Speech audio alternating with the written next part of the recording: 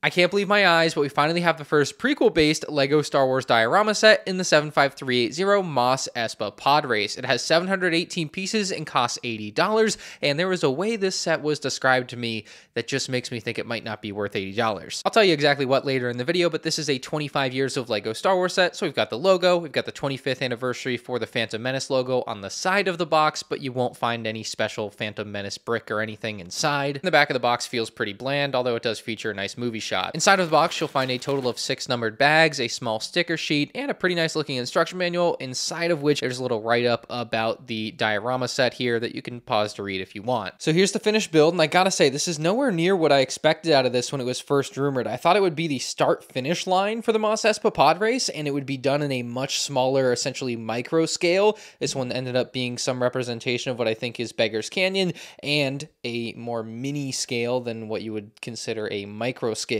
Expectations versus reality aside, I want to take a few seconds to look at the printed parts in this set. We have the 25 years of LEGO Star Wars brick. It's definitely a nice brick and adds a nice bit of decoration to the set, and it's removable, and you can put the tile on top of the brick on the display, so if you don't want to have it on there, you don't have to have it on there. In the middle, we have the LEGO Star Wars logo tile. Mine happens to be slightly misprinted, which is great quality for $80, and we have the quote from Qui-Gon Jinn, which says, "Remember, concentrate on the moment, feel, don't think, use your instincts." So pretty sensible quote for what is going on in the background. Focusing in on the pod racers, what really sets these apart from other small scale pod racers that we've had in the past is the fact that there are no clear stilt pieces being used to connect the cockpit to the engine area on these sets. Not needing to be able to pick up and play with these pod racers has made them the most accurate looking at this scale that we have ever had. And with Sebulbas, they actually end up using stickers on the engines to add even more detail, although because of the size of stickers, they don't really match up perfectly, and you end up with these weird orange gaps. I really wish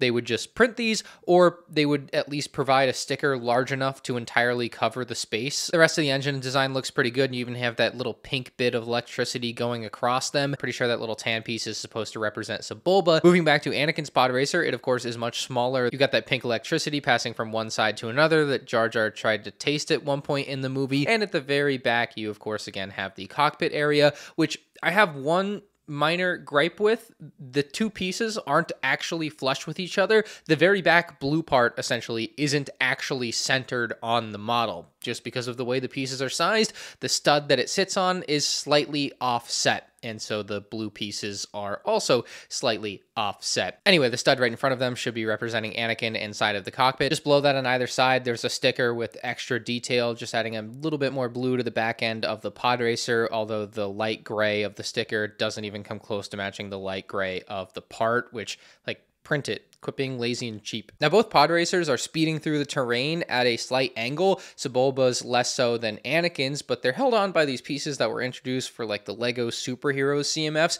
and they work really well here. It does create a very nice effect where it does actually look like they are not attached to the ground at all because of the angle they are at. And so if you're looking at the set front on, you essentially can't see that it is attached to the ground, and it actually does look like it's floating. It's pretty neat. I think they did a pretty good job working these into the terrain. And speaking of the terrain, I'm just looking at this, just getting a gauge for it, and I feel like the builds almost feel too big for the terrain. I don't know if I'm crazy to think that. Would Sebulba's pod racer even fit through the part that Anakin's is coming through right now? I have to test it. So I suppose we'll learn now. These are pretty easy to take off. We'll get Anakin's out of the way as well. Very easily comes off. But I really had to know if Sebulba's pod racer could actually fit through the archway it supposedly just came through, and the answer is no. Oh my good, yeah, these do, I was looking at it and I just felt like they looked oversized. I mean, come on, let's be realistic. That didn't happen. Scaling aside, I did intend to, and still will say that I like the way the terrain looks overall. I like the flow of it. I like the color that they've mixed in just a little bit here and there, but it definitely adds a nice pop in some areas. And the pod racers looking noticeably out of scale with the terrain doesn't make them bad pod racers either. The two just don't match perfectly, which like isn't the end of the world. I think the set looks okay in the orientation that it's built in, but I just saw something that I couldn't unsee now. Anyway, the best and most notable part of the terrain has to be the archway. It's built at a slight angle so that it's much more dynamic feeling. Of course, with the pod racers flying through it, they already feel pretty dynamic, but just given that you have that, like, I don't know, 20, 30 degree angle to the archway built off of the little wall, it really, really helps make this set look better. Also notable, on the back of the giant wall, we have a little bit of overhang of some of the sand pieces. I think it looks particularly cool, just kind of eating into the black base a little bit. And speaking of the black base, this is what the underside looks like. It just has a little bit of extra support. Let's get down to brass tacks. Is this set worth $80? I think there's two ways you can discern this. First, we could compare it to other LEGO Star Wars diorama sets, or we can compartmentalize it. First, we'll compare it, comparing it to the only LEGO Star Wars diorama without minifigures so far, the Trench Run diorama. That one was $70 retail. This one's $80 retail. Side by side, could you maybe make the argument that the MOS ESPA PODRACE has $10 more in value comparatively?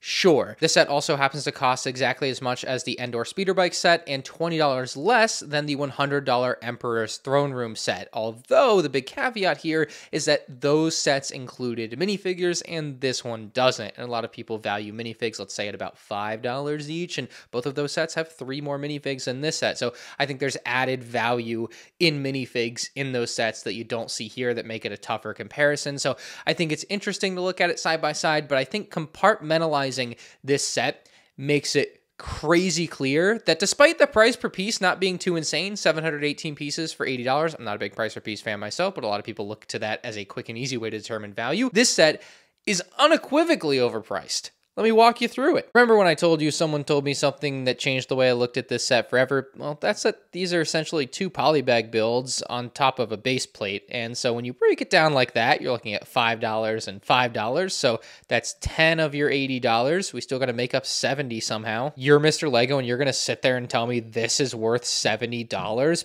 Yeah, it's got a few printed pieces. Sure, that's something.